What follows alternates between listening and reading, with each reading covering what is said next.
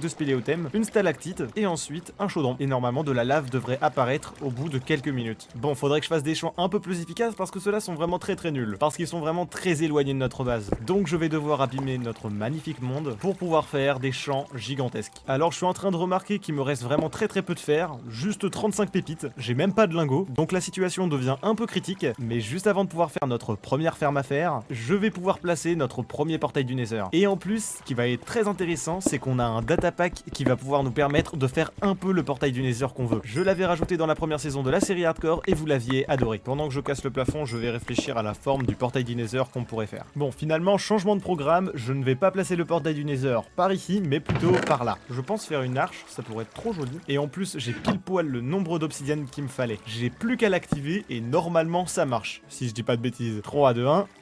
Tada! Voilà le résultat. Je suis trop content, ça marche. Je vais pas rentrer aujourd'hui dans le portail du Nether parce qu'on n'est pas assez stuff, on est juste full P1 et ça suffira jamais contre des Blazes ou contre des Wither squelettes. Là maintenant, je vais plutôt m'occuper de faire la ferme à fer parce qu'on manque énormément de fer. On n'a plus rien en stock. Donc pour pouvoir faire une ferme à fer, c'est tout simple. Comme je suis nul en redstone et comme je suis nul en ferme, je vais juste recopier un tuto sur YouTube. Ça va quand même durer un certain temps, plusieurs heures je pense, et je vais beaucoup galérer. Et c'est pour ça que j'avancerai aussi en live. Et bah voilà, je crois que j'ai trouvé enfin une ferme à fer vraiment très efficace. Elle produit plus de 1200 lingots de fer par heure, ce qui est énorme. Et en plus, elle demande pas énormément de ressources. Je peux toutes les farmer. C'est ce qu'on va faire tout de suite. Le plus long, ça va quand même être de farmer les 146 obsidiennes. Let's go farmer 2 stacks et demi d'obsidienne. Oh, ça va être tellement long. Faut se dire qu'après, on sera bon en fer pour le restant de nos jours. Allez, un demi-stack.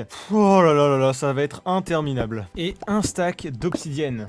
Waouh, enfin, on est même pas à la moitié. J'ai déjà miné un peu plus de 2 stacks, il me reste une trentaine d'obsidienne à récupérer. Normalement, il nous faut 146 blocs d'obsidienne. On en a un tout petit peu plus pour au cas où si jamais on foire ou je sais pas trop quoi. J'ai mis un coffre à l'entrée de la base avec à l'intérieur tout ce qu'on va avoir besoin pour construire la ferme à fer. Il va nous falloir aussi construire 12 lits.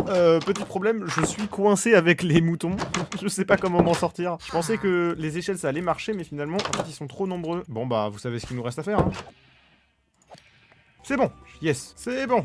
Là aussi j'y suis arrivé. J'ai récupéré un tout petit peu de laine blanche. Oh là là, il y a des pilleurs, juste là. Ce qui va nous manquer pour construire la ferme à fer, ça va être le verre, les name tags, mais ça on peut les remplacer par des blocs, les hoppers et la soul sand. Ça fait quand même pas mal de choses. Bon, moi de mon côté, je vais aller miner et on se retrouve dès que j'ai un peu de fer. Il y a des pillagers qui commencent à m'attaquer, ça va pas du tout. Là ils font quoi là? Alors je crois que je suis un tout petit peu coincé. Bon écoutez, on va s'en aller en courant. Alors j'ai pas eu le temps de prendre de torches. Oh, regardez, j'avais pas vu cette partie de la grotte. Dans le dernier épisode, j'avais trouvé un bloc de cuivre brut et vous m'avez dit dans les commentaires que c'était signe d'une veine. Donc je suis retourné au même endroit et j'ai bien trouvé une veine de cuivre. C'est impressionnant la quantité de cuivre qu'il y a, donc il y en a vraiment un peu partout. Et regardez-moi ce filon de cuivre, il est gigantesque. Malheureusement, on n'est pas là pour récupérer du cuivre, on n'a pas vraiment le temps.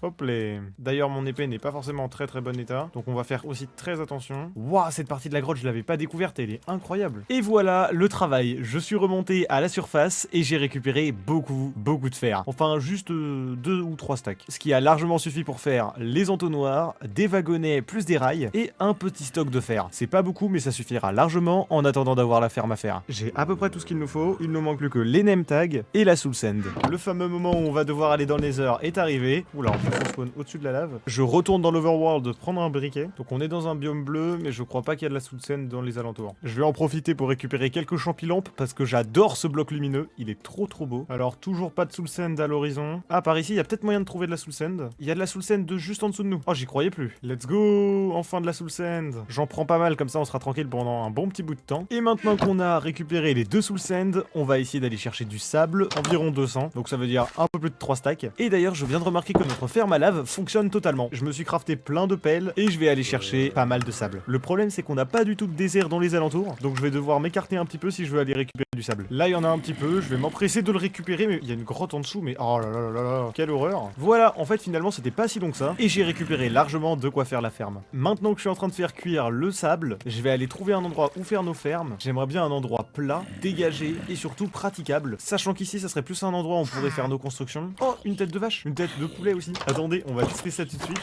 Regardez-moi ça, on a notre première tête. La tête de poulet est incroyable. Mais sinon, on va sûrement s'installer dans ce coin-là. C'est un endroit extrêmement plat et je pense parfait pour pouvoir faire nos fermes. Et en plus, il est pas très loin du village, donc pour déplacer nos villageois, ça sera vraiment très facile. Je vais attendre que le sable termine de cuire et je vais commencer la construction de la ferme. C'est vraiment dommage que je puisse toujours pas faire de je vais aussi enfin pouvoir poser nos 2 premières têtes. Je vais me mettre à cet endroit là pour construire notre ferme à faire. Je vais suivre le tuto à la lettre, comme ça il n'y aura pas de problème. Et normalement, on devrait y arriver sans trop de soucis. Ça devrait durer quand même assez longtemps. Je vais devoir construire des portails du Nether tels que celui-ci. Et je vais en construire vraiment plein. Le lien du tuto sera dans la description. N'hésitez pas à aller le voir. Sachant que c'est une des fermes à faire les plus efficaces de tout le jeu. Dans la vidéo, il a oublié de préciser qu'il fallait des slabs. Je vais aller en chercher. Voilà, j'ai terminé à peu près la structure qu'il va nous falloir pour pouvoir faire fonctionner la ferme à faire. Maintenant on va passer à l'une des étapes vraiment les plus énervantes, transporter les villageois jusqu'à côté de leur lit. Alors, je viens de voir la vidéo et en fait c'est pire que ce que je pensais. Je vais devoir mettre 3 villageois dans chaque pièce. Ça veut dire au total plus de 12 villageois à l'intérieur de cette ferme. Je vais me dépêcher de reproduire 10 villageois qui sont dans le village et ensuite je vais en prendre quelques-uns pour les déplacer à l'intérieur de notre ferme. Et voilà vos 37 pains, nourrissez-vous. Bon, de mon côté je vais essayer de faire un endroit un peu plus classe parce que les pauvres je leur ai juste fait un trou de dirt. J'ai construit un nouvel endroit pour pouvoir reproduire nos villageois. Je vais l'appeler la salle de reproduction des villageois. J'ai commencé à mettre quelques lits. Malheureusement, on n'a pas beaucoup de laine, donc je vais pas pouvoir en mettre non plus énormément. Et sinon, nos villageois ont eu le temps de se reproduire. Il y en a beaucoup maintenant, c'est super cool. Et je vais essayer de dégaler de nouveaux villageois à l'intérieur de cette base. Allez-y les petits villageois, montez dans le wagonnet. Bon, attends, je vais t'aider un petit peu. Notre premier villageois est bien installé. Alors c'est bizarre par contre parce qu'ils sont vraiment très attirés vers le village. Bon, j'espère que ça va pas trop poser de problème. Bon, j'ai commencé à déplacer quelques villageois. Malheureusement, il se fait un peu tard chez moi et donc je vais pas pouvoir continuer à tourner. Je vais avancer en off sur la ferme à faire et on se retrouve